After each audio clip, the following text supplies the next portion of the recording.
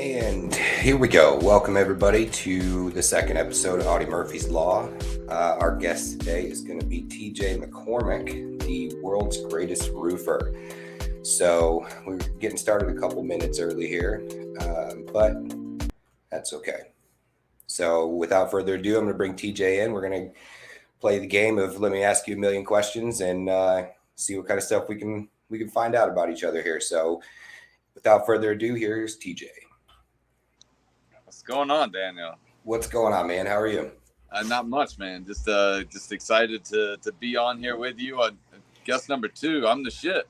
Yeah, look, man, and it was funny. We did a TJ Ware last week, and now TJ McCormack this week, and everybody's like, "Is it just like a bunch of TJs?" I said, "I think I'm out. I think I'm out of TJs at this point." So it always is the 2 TJs in this industry. It's awesome, though, man. I love TJ Ware.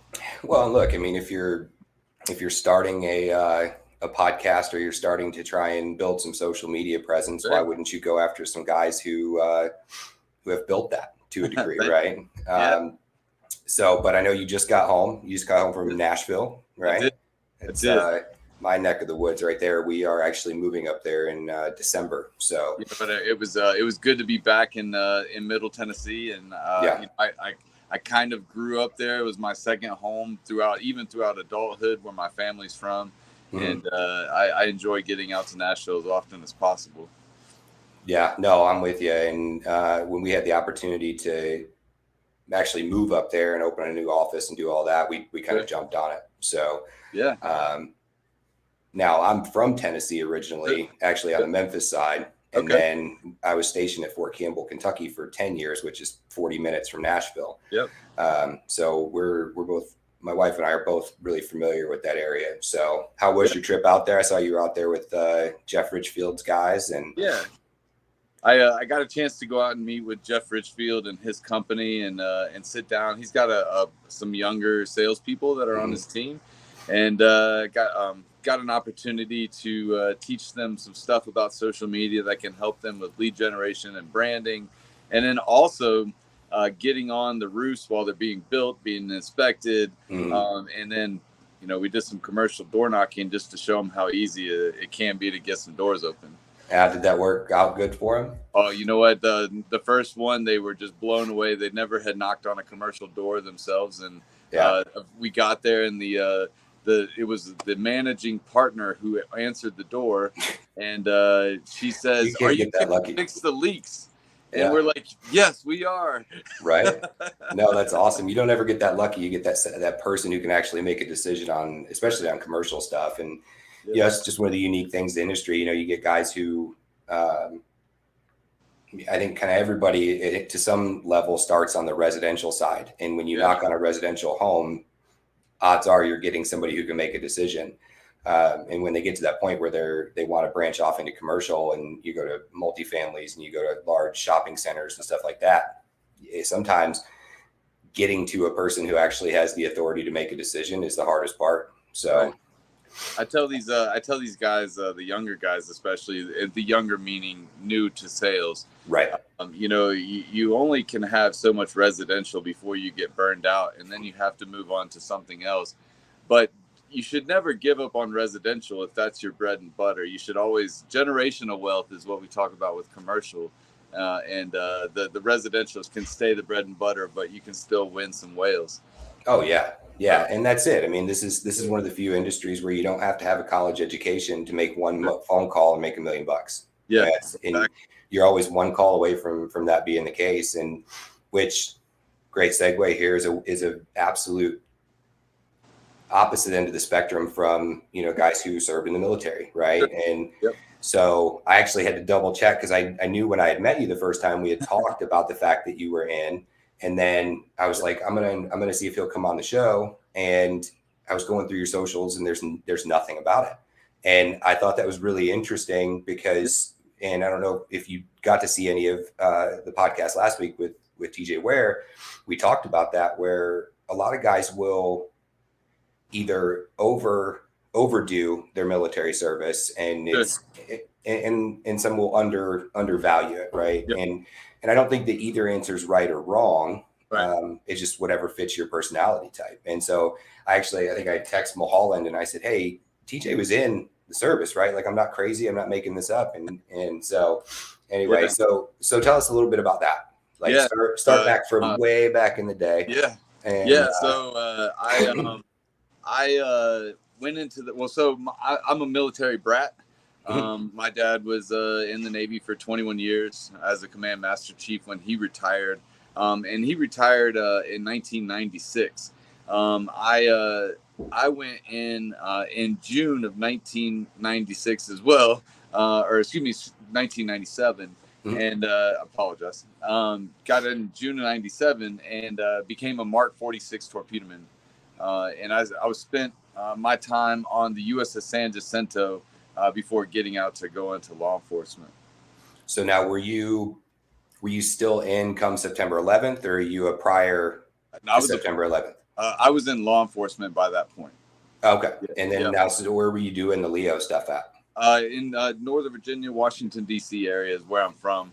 I spent just under 14 years total in law enforcement in some capacity, either police officer, doing government work, working inside of a federal institution. So over time.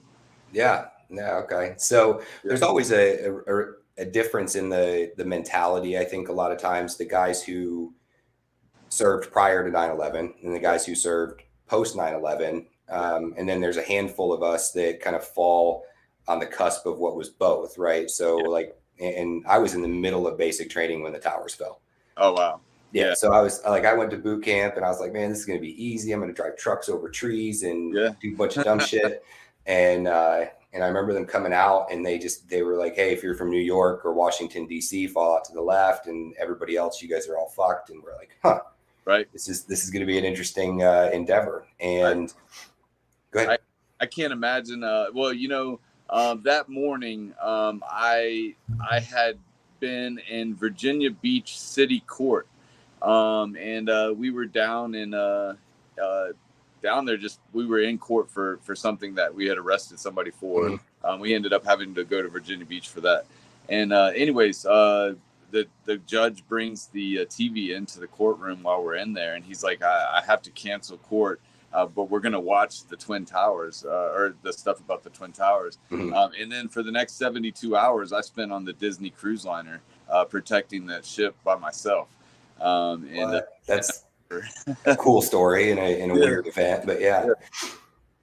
So I actually didn't find out about it till about 11 o'clock that night. Sure. So I was at Fort Knox, and we were doing our first overnight bivouac. So we had marched out in the morning. We did rifle range all day. We had shelter halves and all that crap, and we were getting ready to bed down for the night. And our company commander comes out to the range in his POV, and we're like, brand new troops are like, he's not supposed to be out here in that, and they didn't even fill us in until after they had separated everybody. Oh, right. Wow. And so the whole day had passed and we had no clue anything was going on in the world. And, there's always that, I could tell you what I was doing when OJ was running from the police. Right. But I couldn't tell you what I was doing when the towers fell, because I was completely, outside of any, social media didn't even exist at the time. So, it's kind of one of those things where everybody remembers what they're doing unless you were doing something that you couldn't remember what it was. So kind of an interesting deal, but that's kind of a cool assignment that you got doing the cruise liner right afterwards. Shitty circumstances, but it was. There were, back in those days, talking about pre-internet, and then also pre-cell phone, right? A lot of people, even in 2001, not a lot of people had cell phones. And if they had cell phones, they didn't even text. They were just paying by the minute. They pay by the minute, and they were like, they lit up and they were green and they burned the hell out of your ear. Mm-hmm. And I couldn't even remember. I couldn't afford it back then. So I know I didn't have one. But the Twin Towers falling, I had just gotten out of the military as well. And I wanted to go back. And the military, at that point, I only wanted to go back to reserves, but I had hurt my knee just doing something really silly. I didn't even really hurt it that bad, But the fact that I had reported that I hurt my knee, they were like, "Oh no, you can't go back." Yep. But I went on to have a great career, and I'm still climbing roofs and haven't hurt my knee since. Yeah. Well, and that was another thing we had talked about, last week was I remember going in, and my recruiter's name, I love telling people this because everybody chuckles about it. His name was Staff Sergeant Jerry Raspberry. Oh yeah. And he was a tanker. Nice. And I remember him, we were driving to MEPS, and he's like, whatever they ask you, nothing's wrong with you. If your knees are fine, your back's fine, and all these things. And then when you get put on the spot and you're sitting there, they're like, if you don't tell us the truth, blah, blah, blah. And so you tell them the truth. And I mean, we used to watch guys get denied for little dumb shit. And then prior service guys trying to come back after September 11th come in, and they were like, no, man, you're done. And you're like, and then come 04, they were like, hey, everybody can come in. We don't even care. The neck tattoos and cross-eyed, and they don't give a shit. Right. And from like 04 to 08, they just opened the floodgates, and everybody got to come in. And around 08, 09, everybody started feeling the effects of that. You were getting a bunch of people who probably shouldn't have come in. Right. Getting their UCMJ actions and all of that stuff. But but then you see coming into your late 30s and 40s, and you're still climbing roofs, and I mean, we're still chasing hurricanes and doing all this dumb shit. I can't wait we got to get one of those real quick, because I'm excited to buy one. Yeah. Well, luckily for us, like we don't survive off of major weather events, but we capitalize on them for sure. Right. And I know I was looking at the weather this morning. There's two invests rolling across. They got a chance. I think if we're going to get one, it's going to be a late season storm for sure. But I'm going to Puerto Rico next week after my event at Coastal Claims, National Claims Institute. And but I'm going to go to Puerto Rico, and hopefully a hurricane decides to come then. Oh, yeah, right. Yeah. Well, and I'm going to miss you by a day out there in Florida. Yeah, I'll be out there. I'm flying out there Sunday. I'll be out there till Wednesday. Okay. And then I think you guys are doing that on Thursday or Friday. September 16th. Next Friday is the event, but then the Sunday, the 18th, I'm going to go to Puerto Rico. Oh, right on. Okay. Yeah. So started in the Navy. Yep. Became a police officer. Yep. What did you do? There's a period of time here that you went from being a cop to who you are now, where you're one of the biggest faces of our industry anyway. And, when you look at people who are influencers in this space, the numbers that you have on your socials, on your TikTok and your Instagram and all that, those are massive numbers for somebody in this space, right? You're not some Instagram model from Los Angeles with 5 million freaking viewers and shit, but coming out of this space, what you've accomplished is impressive. So I appreciate that. Do you see any parallel to, and even including your police time, like the attention to detail, the work ethic, or is that just who you were as a person in the first place? Like, let's just be honest. There was a period of time where my life was just utter turmoil because of my own head. Right. I suffered too from PTSD. Just like most service members, either if they were military or former police. Mm-hmm. And the way that you describe that is, typically on a day that you're a police officer, you answer up to 30 calls a day sometimes, and then you arrest many different people, and you get shot at, and all of those roadside bombs that happen overseas happen here in the United States as well with cops. Yeah. And, but the mentality, like when I was done and I had to go on and do something else with my life because of that. I had to figure out just how to be a real person in society. And it's kind of like, in the movie Forrest Gump, when he gets out and he just doesn't know how to act in society anymore, although he's out of the military. Because we're trained robots in the military, or back in our days. Trained robots. And we were trained to, you do it a certain way, you do it this way every single time. If you don't do it this way, you're going to get in trouble. And we're going to make sure you eat shit. Right? And but now they want people to be, or they want those types of people, military, law enforcement, to be people, and it's different than when we were there, because we were forced to have a heavy hand if we had to, but learning how to be a person again in real life was very hard. And there are a lot of people in this industry that have helped me along the way that can tell you in 2015, 16, when I was working for Mad Sky, man, I was struggling with depression and PTSD pretty bad. And by 2017 and 18, I started to come out of that, the same funk that most people get in life at some point. And I went to a training, a therapy training in Utah for several months, and pretty much tricked my head back into not thinking that everything in this world was bad. And when I did that, I went back to church. I became baptized for the first time in my life, and that'll be 3 years next Friday, when the date of our day that we're doing in Florida.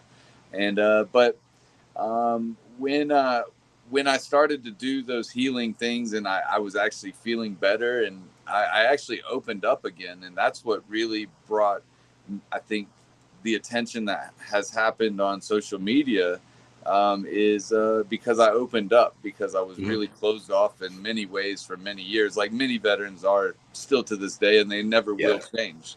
Right. Well, and you see on your socials, I mean, you're always trying to get back to see your kids, right? And as weird as it sounds, I mean, being a parent is probably one of the hardest things to do coming out of the military, right? Because it's 100% the hardest thing. you have this constant desire to be around your children and watch them grow and do that, but then you kind of always in the back of your head have that, I need to correct this, I need to fix this. You have that. My mom always said that it was like, my dad was a Navy vet himself, and he used to hover, and she said, you do the same shit to your kids, like you're always hovering over them. And Frank Dalton called it the helicopter. Him and I were out on the lake a month or so ago, and he's like, I don't think I've seen anybody helicopter as much as you do. And I was like, we don't helicopter. I'm still the same way too, man. But you have to, I think that's what makes it hard, right? Is because they're your kids. You want to make sure that they're growing up to be respectful adults, and you want them to have the benefit of the things that you may not have had. And then flip side of that coin, you just want them to do it right without having to over explain it. Tell them once, move on down the street. And so it's kind of a double-edged sword to a degree there. And to me, that's one of the hardest things, because you have to also not allow them. You Sorry. Cut out for a second. Both of us cut out there. Sorry about that. Oh, no worries. But you have that constant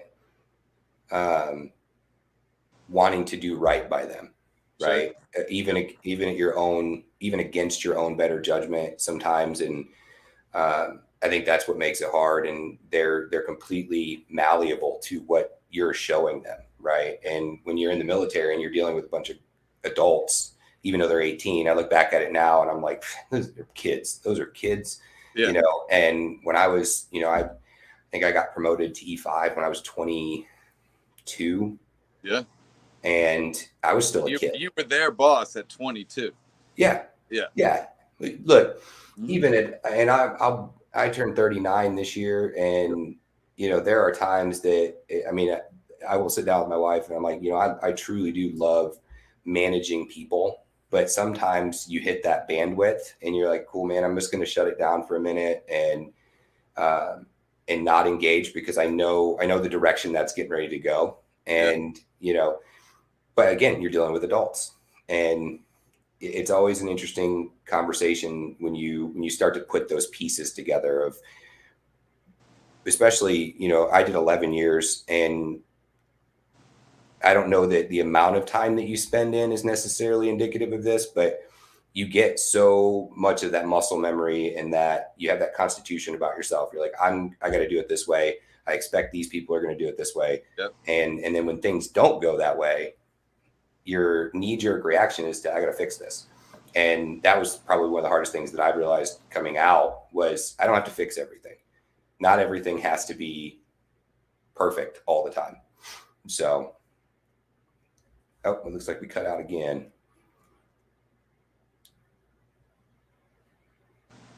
Are you there? Yep, there you are. Yeah. I don't know what's going on, man. No, you're fine, man. But yeah, Internet is what it is. it's totally like that. I've been a helicopter parent my entire past 14 years, 15 years. My son turns 15 next week. Now you have how many kids? I have 4. Well, I have 3, but I have one who will probably end up being my adopted son at some point over his lifetime. Very cool. Yeah, but still, I'm outside. I'm yelling at them. I'm like, "Don't do that. You're gonna fall down." And they're like 9 almost. My 2 8-year-olds are almost about to be 9, and they're like riding their bikes just like I did, but had no care in the world. But my dad never yelled at me. So. Well, normally we were far enough away that they couldn't yell at you, right? You were out in the woods somewhere. You were down in 12 blocks from your house. You know, I mean, you have 30 minutes. Come back and check in every 30 minutes. Yeah, yeah.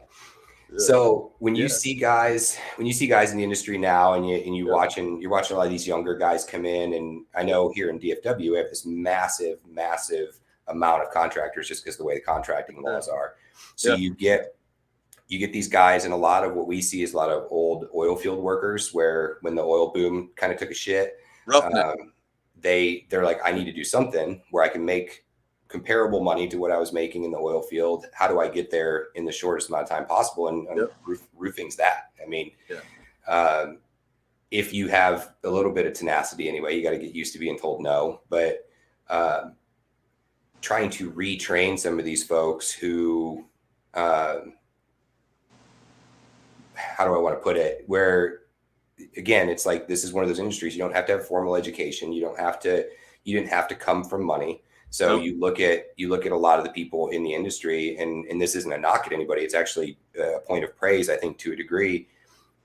If you came from nothing and you weren't trained to be something, and you found yourself in this environment where you can make money and provide for your family and be that foundational piece, to me, that's a win, right? Yeah. And we always joke about the sophomore curse, and it's that second year after you make your first $1 million, everybody fucks it up, and because then you actually have to run a business at some point. And the reason I'm asking you this question is because I think you've figured this out. Sure. There's a line in the sand somewhere where you have to say, okay, I'm not just doing enough to get by now. I need to learn. I need to invest in myself, not just go out and grind and make money, right? I know when that time was for me. It was after I'm not going to name the company that I was with, but I did a really large amount of. I know who it is. I did a really large amount of claims back a few years ago, let's say, and just as soon as I did that, there were so many realizations who people wouldn't teach you, or they didn't want to. There's a gap between what's an inspection, what's an insurance claim, what's a sale, and then there's nothing after that. There's no training for project management, and the know to go to ABC to pick up more bundles of shingles, or maybe you have to go get up a ridge vent or a piece of vent, or you need to now go and do this, or your painting is this, or siding is this. They don't teach you those other parts of the trade at all that you get stuck by signing because the homeowner or the business owner wants you to do all trades. There's so many things that I could talk about in regards to sales and how people are trained. But I will say, yes, I did have that realization. And I had no education other than YouTube.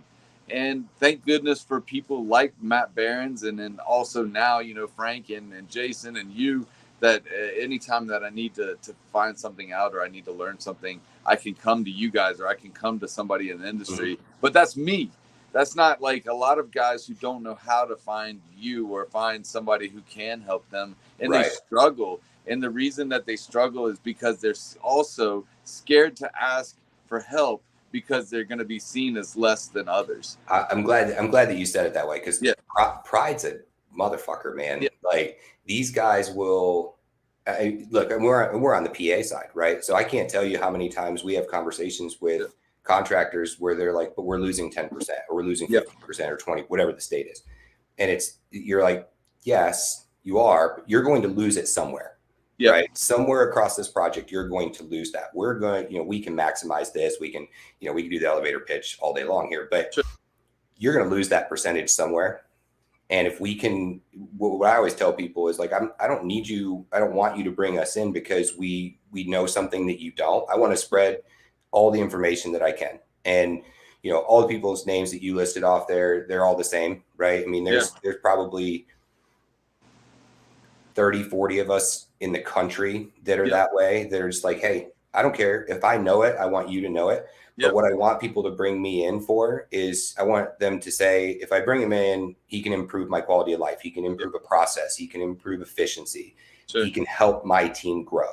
That's the whole point, right? And pride gets in these guys' way so often because, especially here in Texas, up until the UPPA laws came into place, that was the sales tactic. We'll eat your deductible. We'll navigate your insurance company. We'll talk to the carrier. We'll file the claim. We'll do all these things that UPPA says, no, you won't now. And some of these folks weren't able to maneuver back into a space where their processes worked. And now you still run across those really stubborn contractors who are like, nope, I know how to do this. I'm going to do it on my own. Okay, well, call me when you want me to help with your processes. Not that you need me to help you with the claims, because you guys are experts. You know what roof damage looks like, blah, blah, blah. I want to help your team grow. And that's something that's lost in this industry in a massive, massive way is you go to Windstorm, go to RoofCon, go to any of these ones, the amount of arrogant, pompous assholes that walk around those conventions because they are the king of their own little castle, and they're going to do everything they can to protect it and not be beneficial to the kind of the greater good conversation, right? Or they're going to try to attack you because of your status as being good at what you do and helping other people. And that's recently happened with me. And I saw that. I do not the pompous ass, or what I call the grand poobahs of the industry, right? The chest beaters, and the ones when you call them on the phone and they're like, well, I sold 6 million today. And no, bro, I don't care, man. Like, let's talk. Like, help me figure out how you did that. Well, and you saw it because you made the post on Facebook yesterday or day before, and you were like, hey, I'm looking for, was it a project manager for a $15 to $20 million roofing company in Tennessee? As soon as you posted it, I knew who you were talking about, just because we spend enough time as PAs trying to figure out who's in what market. To see people jump in there and go, there's not a $20 million a year roof company in Tennessee. There sure as shit is. There's probably 5 or 6 of them. And you're just very focused in your space, and not you specific. I'm not saying you, I'm saying whoever these people are that are like, nope, that doesn't exist there. And they're so confident in being wrong. And that's, I struggle with that in this industry probably more than anything, that just the level of confidence in misinformation and being wrong. And people will die on that hill, like, without even thinking about it. Somebody early on in my career, it could have been LC Nussbeck. He once said to me, people lie, numbers don't. And so always check the numbers first. And I never put out a number that I don't know to be a fact unless I've seen your AccuLinks. That's right. Or your Sumo, whatever software you're using. So, but I have seen that. But the point of that is nobody knows that I had over 20 applicants that filled out and sent me their resume for that position. And we're going to be able to fill that. But I've become kind of a master recruiter in my own way, because I started in this industry as a recruiter. And sometimes people forget that when I was teaching those sales guys, I had no knowledge of how to do it myself. I was learning and I was teaching them at the same time, because they were having these young guys, 21, 22, 23, or even people our age, come in as a warm body to do sales with no training in an insurance market that just got hammered with hail, and they don't even know how to climb a ladder. And and then they give them 3 to 5 claims a day, tell them drive all over DFW, for example, and it's widespread. It's not just then; it's now too. Like people hired just to hire because they think hiring more people is going to give them more sales. No. So you're hitting on a great point. I mean, we have this conversation internally quite a bit. I'm an operational guy. Yeah. And everybody who knows me knows that I'm an operational person. I live and die by it. And the way that I see anything from a company perspective is always, yes, without sales, you're not operating. Without back office, you're not able to do this. Without ARs and APs, you're not able to do this. But the tree trunk is always operations. All of the rest of those things die without it. And so what I've seen in the industry, and it goes back to the one company that you were talking about where you had your epiphany, great company for selling. Yeah. Absolutely horrible at finishing a project. Building right? the job. Yep. Yeah. And so great, you can amass this 250 man sales team, and then you give them cool titles because everybody loves titles, right? You're an owner. Nobody can actually do the job, right? So then you can't fall into that expert category if you can't cover all of the facets. I know when I went through and like I got my master gunner certification when I was in, you had to qualify on all the weapon systems. You had to qualify expert on all of the weapon systems. So in order to call yourself an expert or a master, you had to look, feel, touch, take apart, shoot, all of these things. So why is that different in this industry where we kind of glorify a lot of people for knowing one thing? Yeah. And you know, most roofing salespeople last less than 2 seasons, and that's only 10% of the people that start off being salespeople in the roofing industry. So that number is staggering. Like we're bringing in hundreds, if not thousands, of people a day to come sell roofs, but we're not giving them the proper tools to be able to succeed for long periods of time. Yes, there are people that make a lot of money in this industry, and there will always be people making a lot of money. But a lot of times those people making a lot of money don't care about the people that they're bringing. So they can say, I'm done with you, and you're done today because they failed to teach you how to do all of the things that you needed to do, including how to build that job and complete it to collection. Because the famous sell, build, collect is how you get paid. But I know how to sell, but I don't know how to build. I can figure out how to collect, right? But you want to pay me for all 3 of those facets, but not train me about all 3 of those facets. Right. Yeah. Well, and I think that there's a big delineation from service members to people who never served in that specific regard. There's a mindset of, well, there's going to be a certain turnover, right? Salesmen are going to roll through. They're going to do 2 seasons, and we're never going to see Johnny again. We hope that while he's here, he sells 100 roofs, right? Yeah. But we know that he's leaving. Yeah. Where in the military, you're like, hey, man, you need to figure this the fuck out.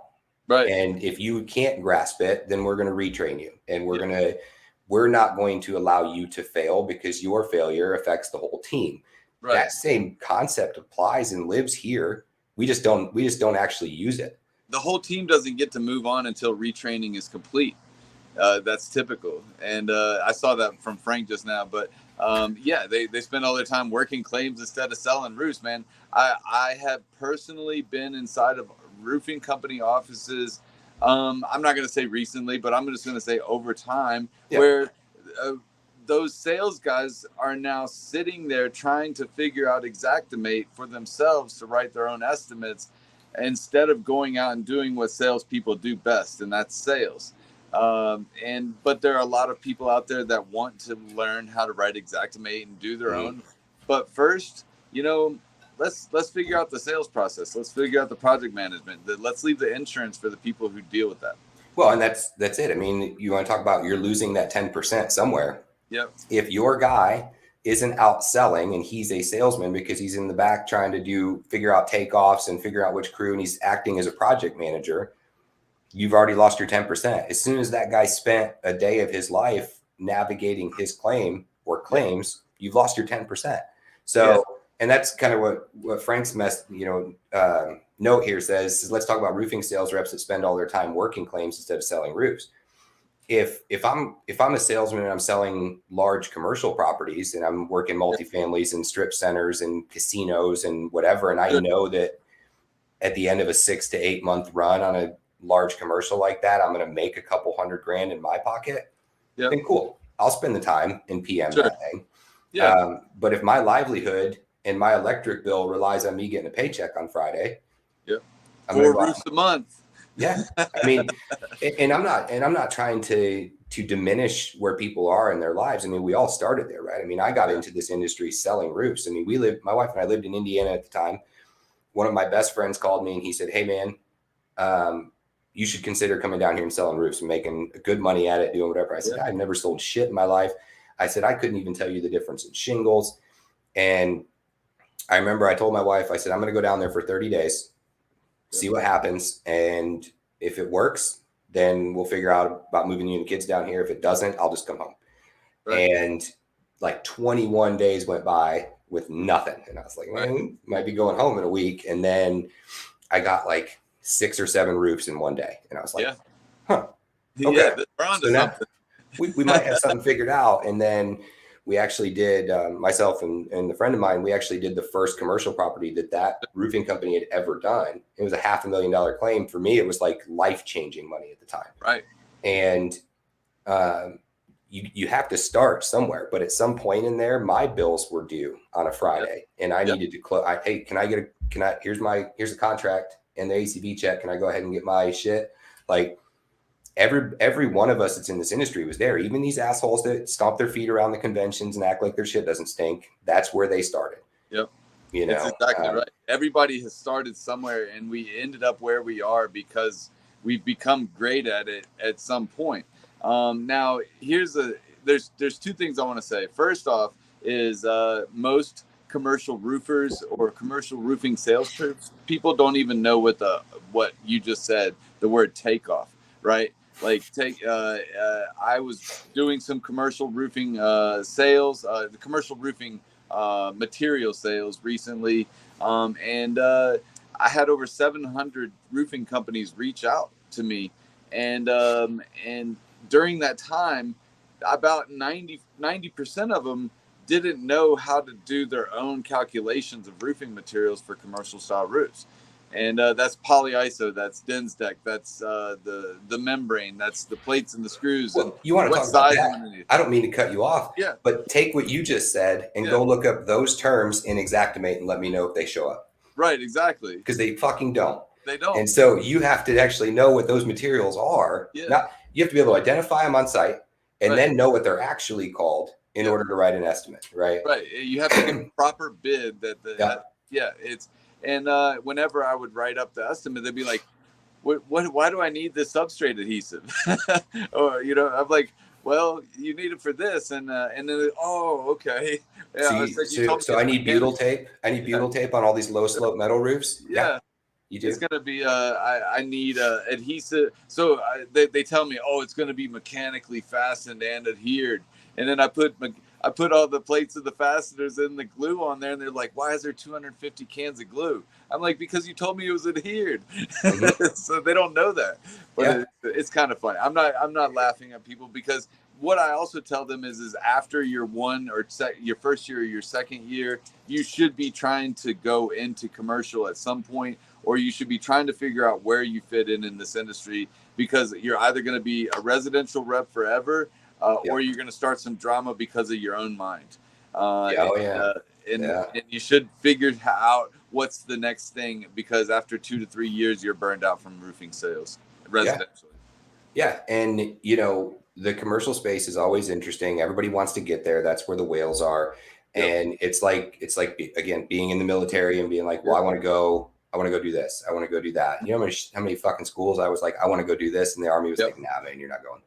I mean, like I had airborne in my contract. I had, I think I had scuba in my contract, and September 11th happened and they said, hey man, you're not doing any of that anymore. Yeah. And I was like, but I'm going to an airborne division. Can I go to airborne school? And they're like, we don't actually do that anymore. Right. Let's go back to what we were talking about sales reps being sales reps. Here's something that I teach every first day of my classes. It's that typically a person that comes into the roofing industry will last around 6 months at a roofing company, but then there are those 10% of people that will make it to years 2 to 3. Mm-hmm. But when a person leaves a roofing company, it's usually at about 18 months. And when they leave at 18 months, they haven't even reached their peak top performance until years 2 and 3. Right. So a lot of times we're going in, we're training, there's working those 2 seasons, a year and a half, and then they're gone and they're off to another company. Guess what they're doing now?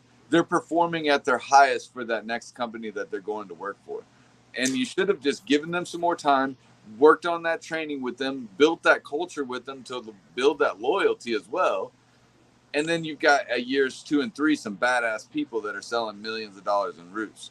Well, and you touched on 2 really good points. The first, in my opinion, is the culture. Yep. Right. Because once you're actually in a position where you're running a business, right, and I'm looking at it from the owner's perspective, right, when you're actually running a business, you have to take into account all of those cogs that exist, right? And you can't leave one to die for the sake of another one.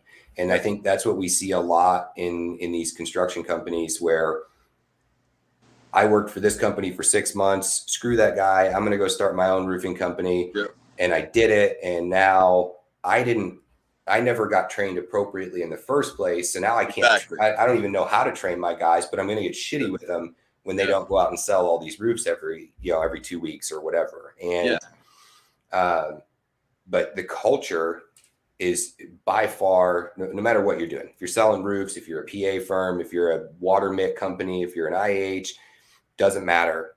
Culture will get you growth, and it will attract the right people.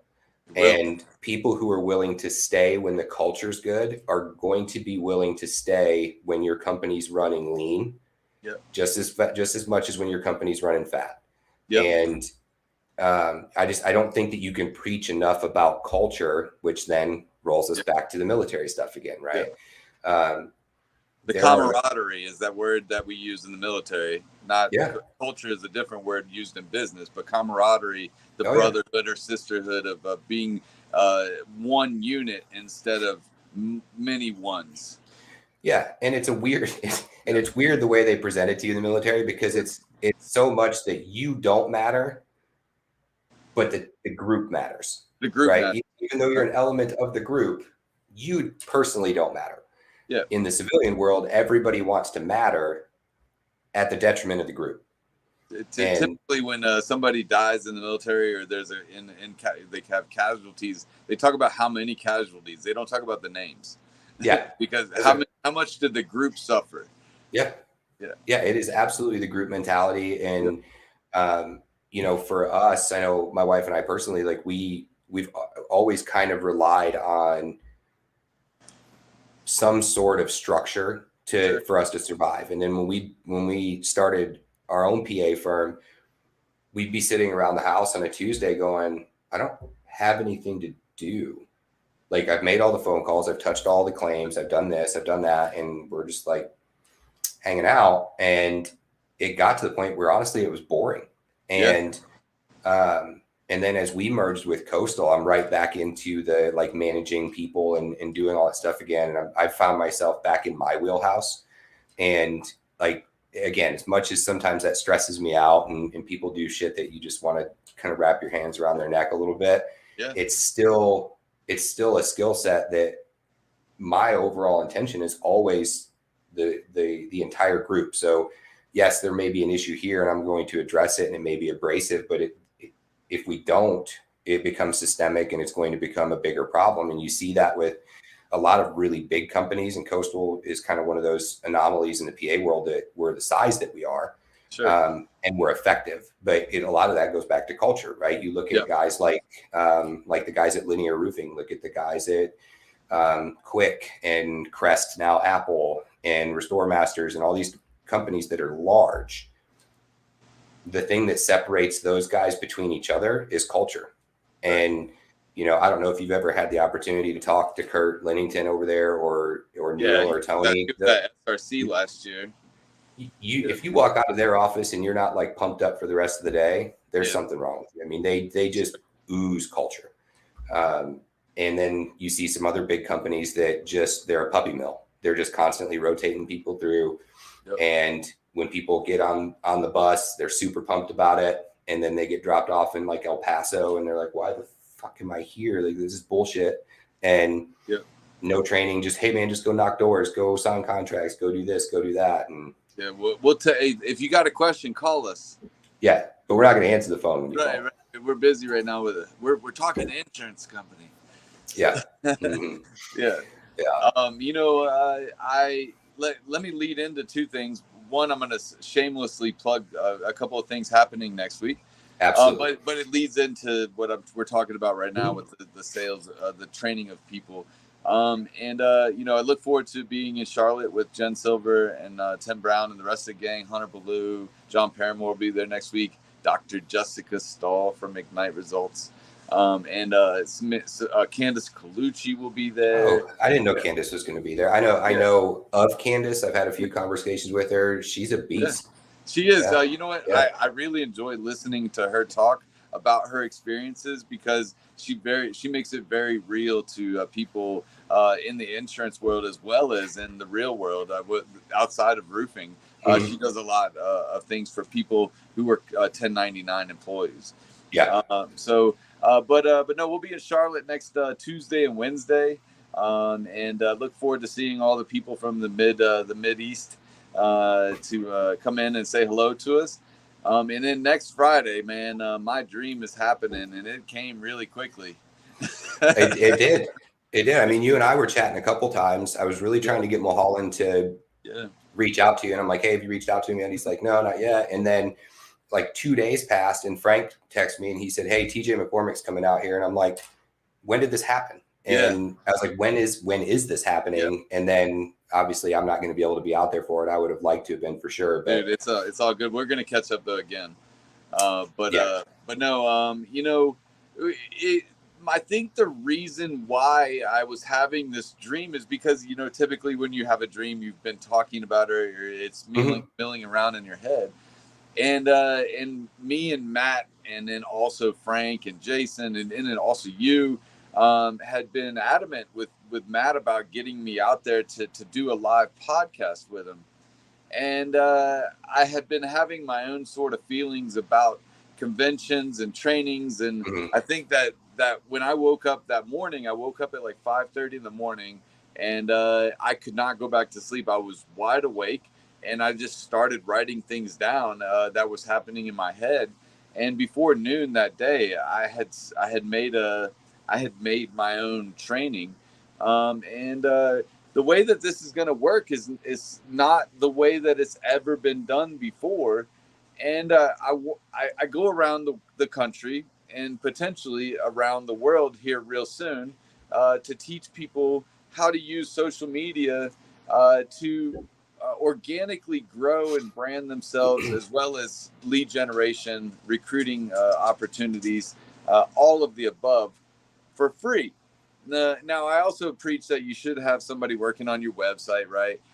You should definitely have somebody, if you need sponsored ads, right? Until you can build your brand organically, you should definitely be utilizing all of those things you normally would.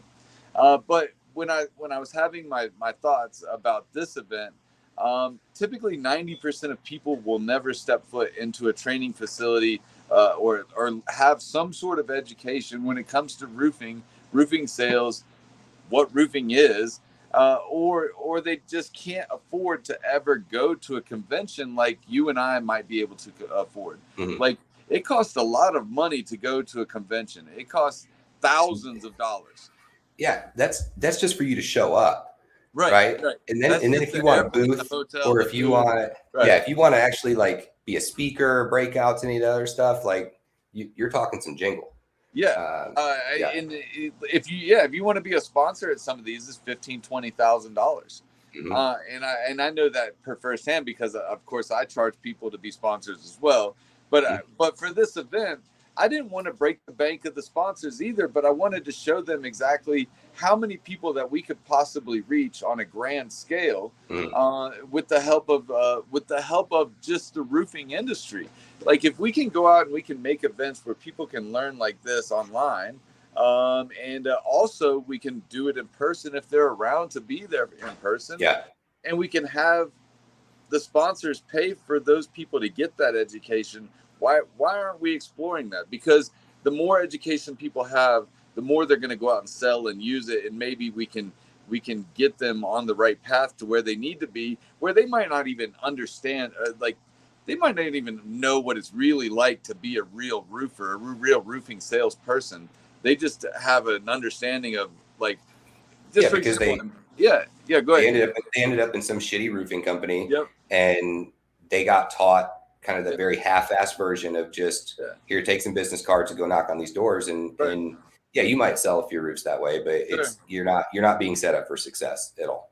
Yeah, it's there's night and day difference with people who don't even know what storm chasers really do, or storm chasers that know exactly what retail salespeople do, because it's such a dividing line, like, of people wanting their roof being changed versus people who needing their roof being changed, and like people like. I bet right now 95% of the roofing salespeople don't, in the storm chasing world, don't know what it means to finance a roof, or how easy it really is, or how to finance They it. wish that it existed, Right? and it does, but they haven't run across it yet. Right. Yeah. They've heard about it. They're like, oh, get the referral, or pay my deductible, or whatever the companies. I'm sorry if I don't name your company right, but but for example, Moment or Sunlight Financial, all these great companies that are doing stuff for roofers and solar people to get roofs bought, but we're so concentrated in the storm chasing world on storm chasing hail, wind, fire, tornadoes, hurricanes. But there's a place for all of us. But like what I'm getting at is that when we're talking about these things, the retail sales guys that are north of the Mason-Dixon line, they don't ever really get that hail that often. They don't, and then when they do, it's soft hail. And try to explain somebody from Texas what the hell soft hail is. Right, a slush ball. No, 3-inch hail hit up here. No, it did, but it's like you throwing a snow cone at the roof. Like it's not. Yeah. I always use the brains analogy, like when hail fall, it looks like brains, right? Mm-hmm. And if it's clear brains, it's going to be hard as a rock. If it looks white inside, it's going to be soft. Yeah. So, and a lot of retail guys will never see hail a day in their life, and most 90% of their roofs are all destroyed in their area. Hammered. Yeah. Yeah. But I think it's great, man. I mean, I think the plan, I'm always kind of a habitual cynic, I guess, where I kind of watch how everything happens around me. And, it seems like over the last couple of years, you get a year run on certain things where like last year was, I think last year was like lump sum pricing. The year before that, it was, gosh, I don't even remember. This year seems to be like the year of road shows. Yeah. So do you see, and you are an active component of that, do you see this being a year, or do you see this being something that has the potential? Because even though with what you guys are doing, not everybody in the industry is going to agree with it, right? That's that's part of it. Sure. So is there a longevity? Is there a lifespan of this roadshow mentality of like, let's go to all the major cities, let's talk about it, let's get experts together. There's a big shift this year too in people actually trying to train the business element of it, where years before it was just, how do you get your estimate bought? This is what hail looks like. Tell the adjuster to go fuck himself. Like there was always this very stark mentality where now you're starting to see people actually train people on business. So I think if there's going to be one that's going to last maybe more than a year, it's this element. I appreciate that question, because that question needs to be asked, one, but two, I am a part of how that looks right now. I'm not going to say any names as to who I'm talking to. I'll say one thing. Coastal Claims is one of those people, right? Right. But on a grand scale, there are some very large players in this industry that see what I did. That's going to happen next Friday in New Smyrna at your facility. And they're like, oh wow, right? Like where we see YouTube as our education right now. But Yeah. what if we're doing live broadcasts several times a month, where people can tune in live for free and learn something, and it always be there forever. And so if they come to search for a training or to learn about something, they can just search Facebook, TikTok, Instagram, YouTube, and now find it very easily. And it was once live. And then if people know that there's a training that's going to be live, if the roofing company owner believes in it, or even the sales manager, whoever, can turn it, hey, we're going to have sales training on Wednesday. The first hour is going to be us. The second hour is going to be whatever show is going to be live on the event. But what my thing is that the sponsors pay to be a part of events. Mm-hmm.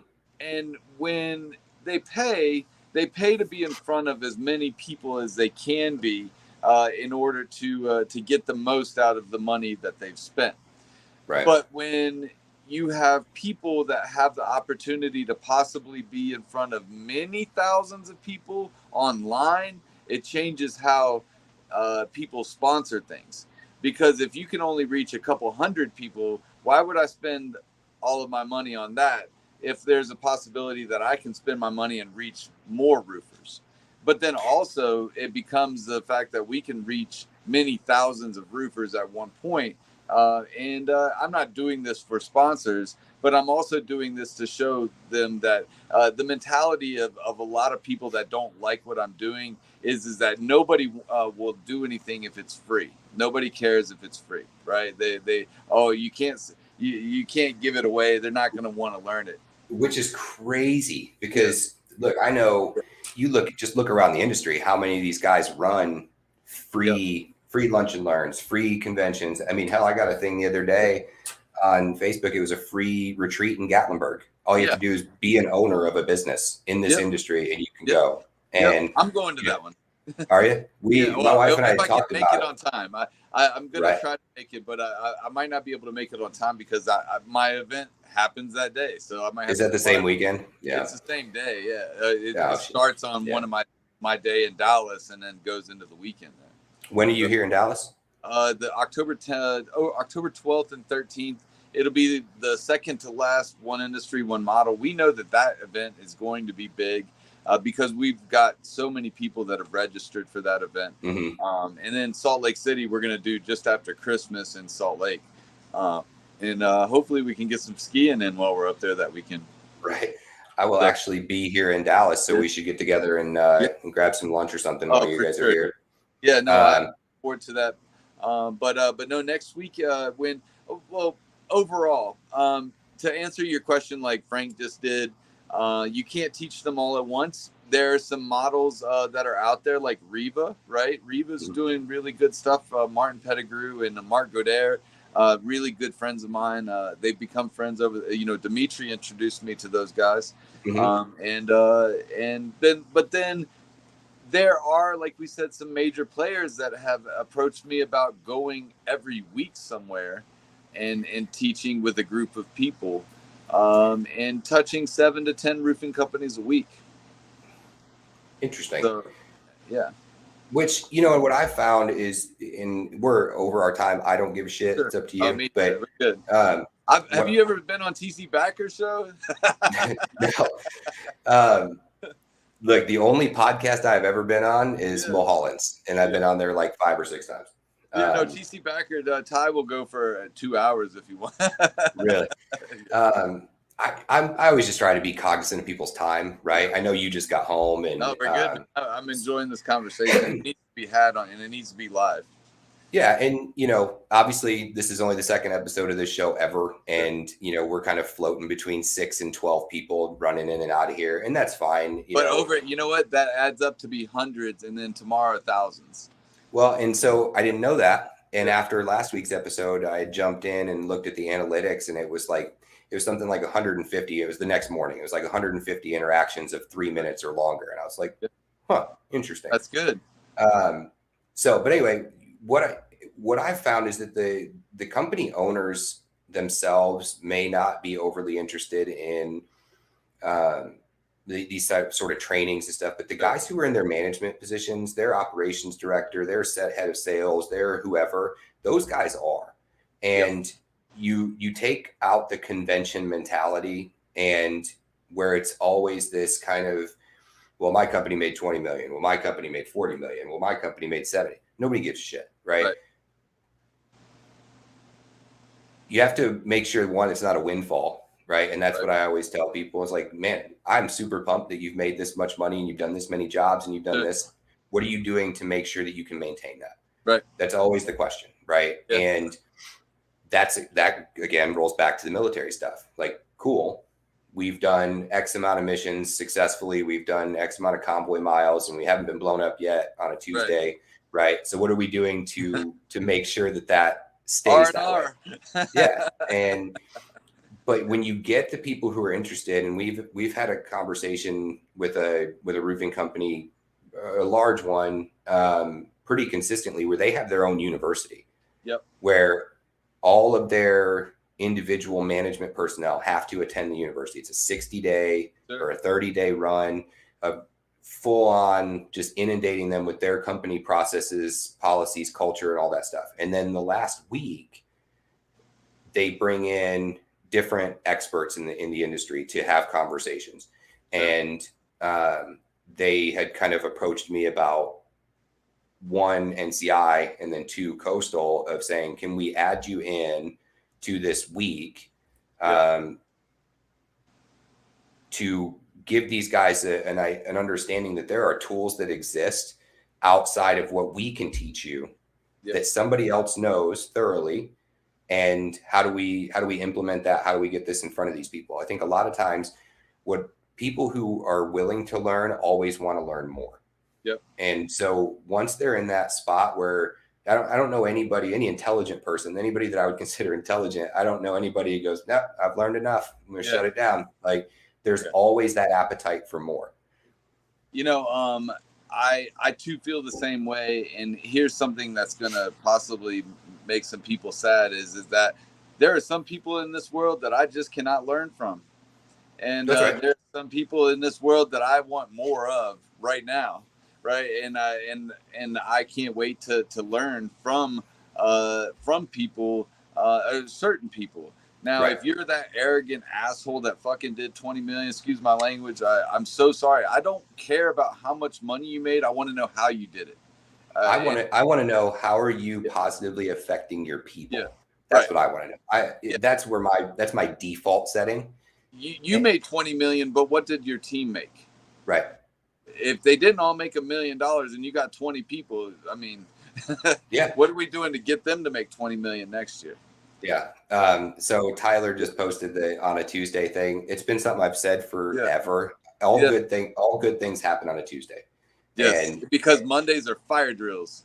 Yeah. And then my wife and I joked about it. We got engaged on a Tuesday. We got married on a Tuesday. We did all these things, and not on purpose. It just happened to be that way. And Tyler's actually one of my old soldiers. And I always used to tell him in particular, and a lot of other guys, even people who don't fucking know shit about shit, there's something that you can learn from them. And even if that is as simple as saying, I don't want to be around this person anymore.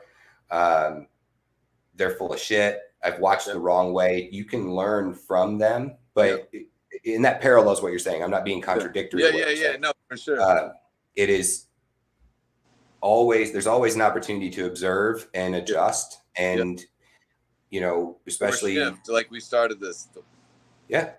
So you just kind of roll with it and take the bits and pieces where you can. I mean, I've been fortunate enough to be around some really solid people in this industry and in my life that I consider really close friends and family. And I've learned good and bad things from them, whether it be character traits, whether it be business decisions, whether it be whatever, good and bad.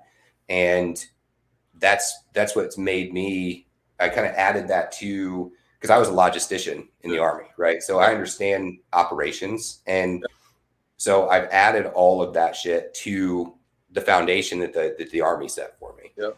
And I think that's what you've got to do, right? And the more you continue to do that, the more you find unique and interesting ways to one, make money, two, benefit the people around you. Yeah. I don't buy into the put your mask on first and then deal with other people mentality. Like that's not me. Yep. And I've watched, I think when the first time your name ran across my ticker, so to speak, you hadn't blown up yet. Mm-hmm. And it was through some mutual people. And I was like, your name just kind of kept coming up. And I was like, who the fuck is TJ McCormack? Like I keep hearing his name. And I'm one of those people very under the radar, but I tend to know, at least in my opinion, and somebody will tell me I'm wrong, but I tend to know who the big players are across the board. And I just kept hearing your name over and over and over again. And I'm like, listen, somebody put me in a room with him, and nobody ever could. And then we ran into each other here in Dallas. Yeah. And that was the first time that we had met. And, we had just kind of talked very briefly about social media and that kind of stuff. And part of what was the catalyst to me starting this was like, this is somebody who didn't have any formal training in this. No, they didn't have the shit ton of money to dump into the marketing of it or whatever. And you grew it organically. And I think there's a certain tenacity that exists in that space. And my, again, default setting is to always look back at the military and like where an impressionable young adult gets thrown into a bunch of bullshit situations, and they have to have that, I've got to see the light at the end of the tunnel, whether you're creating that light or it already exists. Right. So I think it's great what you've been able to do. I was at the end of my road with lead generation for myself. And just like most people are, year 3, I was like, how much more of this can I do? Another storm? And I wanted to learn how, Matt Danskin had just recently talked about how to get insurance agents to give people jobs. And since December of 2020, I wouldn't go back on lead generation now, because I can get any amount of thing that I want free on the internet without having to pay for it. And so can everybody else that's watching this right now. It's just applying several very simple steps into your daily routine that you're already doing, but you're being lazy about the fact that you, instead of spending an hour scrolling, which is very easy and very entertaining, why not take that phone and turn it around for the next 30 seconds and tell that phone exactly what you want from it, and then post it. And somebody's going to tell you. Yeah. Right. No, it's brilliant. Like, hey, I have a question. Just post it on the internet. Somebody will answer it. Right. I mean, you have to put a call for action out if you want somebody to give you what you're asking for. Like, so if you want to get on somebody's roof, you have to knock on their door and you have to ask them to get on the roof. If you want to sell that roof to them, you have to call them and say, hey, I've got a contract. Can I come by and sit down at your desk?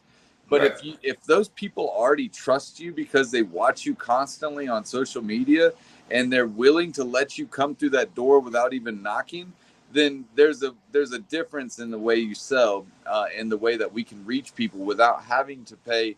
Some roofing companies are spending over $1 million a year in marketing, in advertising. That's a really good comment to parallel what you're saying.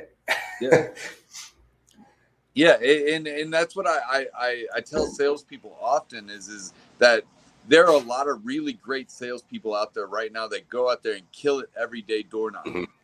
But there's a lot of great people out there that could do better and learn more, and they could sell more by reaching 1 million people before lunch versus knocking on 100 doors from 9 until 5 o'clock tonight. Yeah. Well, and so, let me ask you this. So with the amount of followers that you have, so which one of your platforms has the biggest following? TikTok is my biggest. And what do you have on there? 232,000. Wow. So you're touching at least those people, no matter what, every time you post something, plus whatever the algorithm spits out to anybody else who likes similar shit. So, that's the difference of Facebook versus now versus then, is that people believe the way that Facebook runs is the way that social media runs. And that's not the truth. It's completely changed. Well, look, I mean, we were joking around the other night. Oh, you cut out, you froze, and then you were still talking. So my fault. I posted a TikTok with a little clip from mine and TJ's thing last week, and I went from like 200 followers to almost 600 in 2 days, and I was like, huh, I don't know if that's going to catch traction, but it was one of those things, like at least you're seeing some sort of positive result in there, right? And there's an interest level in it, and so when I you're teach looking, people how to get over 1,000 followers in 48 hours very quickly. Yeah, and plus the thousands of people who watch the same channels, but yeah, they won't follow you back. But you know what? There's a following for everybody. But you also make money on it, just people watching it, though, right? Like once you get to that point where you're monetized, and like even them watching it for a duration provides you some sort of dividend, right? It's not that they necessarily have to follow. It's any amount of time I make money on it now, and it's not very much, but it's about a penny per view. It's a French fries, man. Yeah, I mean, but you know what? If you get 1 million views, that's quite a bit of money, and all you had to do is make a 30-second video. So, but then also the brand recognition. Do you know that most of my brand recognition doesn't come from inside the roofing industry? It comes from big box brands outside of the roofing industry. And people have always been like, well, you're not working together with the roofing organizations. And I'm like, you know what? I want to be a household name. And if I got to go and be, because of Dr. Squatch soap or Versace clothes, or if it's Walmart tomorrow, or if it's Fox, which I'm about to start being on TV for, which I saw that. So congratulations. Right. That's cool. Yeah. I'm not stuck to just this industry. Every single person in every industry has a roof over their head. And I want to sell the roof to those people too. So do you see it being the world's greatest roofer forever, or do you see some sort of adaptation to that? It's actually going to change. It's going to change to world's greatest. And the reason that I want to change it to, world's greatest roofer will always be my persona, right? Like just the best damn roofer TikTok, all of those great, large loss expert, right? But my company or my corporation that we're going to change it to is going to be called World's Greatest. And that's because that there are many different organizations out there that include salespeople that can use personal branding or co-branding with an organization in order to grow. I've actually had some, like the thoughts that are going through my head right now that Karina, my better half, we do a lot of stuff with real estate. Not a lot of people know that we are really heavy into realtor. She's a realtor. She works for a really badass Spanish team that only helps Spanish people. But we can go out and we can talk to realtors once a month, hundreds of them, and teach them the exact same thing that we're teaching roofers, that we're teaching bug guys, that we're teaching solar guys. Sales are sales. Sales are sales. Yeah. If we're talking about product sales, that's different, right? But we're talking about branding. Right. Yeah. Which, again, I think this is, I looked at this and that was kind of the draw to starting this, was saying I've always kind of been, I think everybody who knows me knew I served, but like I've never really leveraged that. Right. Yeah. And because I despise all the thank you for your service and all that other crap. Like it makes my skin crawl. Every time I show my driver's license, oh, you were in the military, and I'm like, well, thanks. What do you say to those type of people? You show them that veteran stamp on there, and they see it, and it's supposed to mean something, but a lot of people don't think of it that way anymore. No, and so I had brought up to some friends of like starting this. I'm like, this industry is so full of vets, and I think that there's the guys who did 2 or 3 years, there's the guys who did 20, 30 years. There's the guys like me that fall in the middle, and then set that over into this box. And then there's the guys who are salesmen, the guys who are project managers, C-level management, company owners, whatever. How did you get from here to here? And so, I sat and I thought about it, and I was like, you know what? I think that there's a venue for that conversation. Right. Sure. And it took me a little while to kind of get to a point where I was willing to sit down and do a podcast and, do all that junk. But I get excited about it now. Like we did like a 3 or 4 week lag where I got the logo done and all that junk. And I was like, all right, cool. I got 3 weeks before the first one. So what do I do? And then you're just kind of making sure you're posting and doing that kind of stuff. And then, now that there's podcasts, I realized it took me like 2 hours to make that little 1-minute clip out of Yeah. last week's deal. And I was like, man, this is a pain in the ass. Yeah. But then it got, I think it has the most views of any of the videos I've ever done on TikTok. And it was like 7,000 or 8,000 views or something like that. And I was like, wow, okay. Yeah. So I can see this going somewhere, but let me tell you what the best platform for people watching right now is. And I love TikTok, but this past week I've had almost 60,000 views on YouTube. So this is streaming to YouTube too. Yeah. YouTube Shorts is great. So I'll have to take a look at it, because right now I have it going Facebook, LinkedIn, and YouTube. Sure. In TikTok, you have to use Twitch in order to stream. If you want to do it like a podcast, like we're doing right now. Yeah. So, but Twitch is pretty cool if you get a chance to look at Twitch. But yeah. But no. How about this? I'd love to come back again and maybe your 100th episode or something. That's right. Yeah. And we can see how far it had grown. Yeah. Yeah. No doubt, man. But, yeah, for sure. Well, let me know when you're in Dallas. I appreciate your time for sure, man. I'll probably give you a shout either tonight or sometime tomorrow, just to kind of, honestly, I want to pick your brain a little bit and see, your thoughts on moving all of this forward. Because I think, again, I have a lot of respect for what you've been able to do in the last couple of years. And I think I would be doing myself a disservice if I didn't at least ask a few questions. Right. So, I absolutely appreciate the time. We ended up running about 1 hour and 20. So it's okay. Thank you so much for bringing our story, or everybody's story that's prior military, to the front. But also thank you for allowing, me to profess my love for the salespeople versus the owners. Now, I love the owners just as much, but there's a lot more salespeople out there than there are owners. And I want to be that guy that helps that guy that's working week to week on a draw, or can't afford it. He's got 4 kids like I do, can't afford to pay for his own rent. I want to be the voice for that person, in respectfully and responsibly. And and I've never been a roofing company owner, and that's because I've never wanted to own my own company. So. See, I didn't go into the roofing company owner thing because I just didn't want to do that.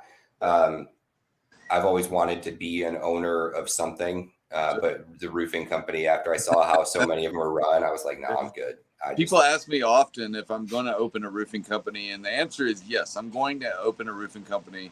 I mean, what World's Greatest Roofer LLC was supposed to be was a roofing company. We're a registered Colorado corporation, but when the social media stuff started happening, it takes a lot to run a roofing company, but we still get so many leads here in Colorado that we don't want to keep giving them away when we could just be running them through our own organization. And that'll take time, but that'll also be when I have some time to actually think about how this roofing company is going to look, because people hate competition, and I don't want to be seen as competition. Yeah. So, and this is one of those industries, man. There's so much work out there. There's nobody competing. I mean, there was a huge thing here in Dallas a couple of years ago where guys were going and picking up other guys' yard signs and throwing them in the trash. And you're like, there's so many roofs here where we flip between Dallas and Denver. We flip in every year or every other year of who gets the most hail. But there's no shortage. There's no reason for competition. Yeah. And what did Biden say? Not Biden. I don't mean to bring the politics into this, but he said something the other day, like there's 500 million buildings in the United States. There's no way we're going to be able to roof all of them. The amount of roofers that we have right now, not like we couldn't even touch it. We couldn't even put a dent in that many roofs with the amount of roofers. Right. We have. Yeah. So, yeah. Awesome. Well, look, man, keep doing big things, man. I think it's great. I know everybody down in Florida is excited for you guys to come in next Friday. Get to sit down with Frank finally and Jason. I'm sure. I'm sure we'll be on a Zoom. I spend most of my day on Zooms for that office. So I can't wait to help what it looks like for Coastal and me working together for the future. I'm sure you've heard Frank say that, or maybe Jason. I'm looking forward to Coastal being my partner affiliate in regards to public adjusting. I think you guys are top notch, and I look forward to telling those roofers out there that they should be calling on you. Man, we really appreciate it. So get out of here, go hang out with your kids, enjoy the night, and we will chat with you, I'm sure, here at some point. So again, I really appreciate it, and we'll talk soon. I did. All right, bye. All right, well, that does it for episode 2. I think it was great that TJ had the opportunity the timing worked out where he got off the plane, was able to get home and get out here and spend an hour and a half shooting the shit with me. So if you're not familiar with who TJ is, look him up on the socials. He does a lot of great stuff. He's truly one of those people that gives a shit about other people and wants to see people grow. So for anybody who tuned in, we appreciate it. And we will see you next week.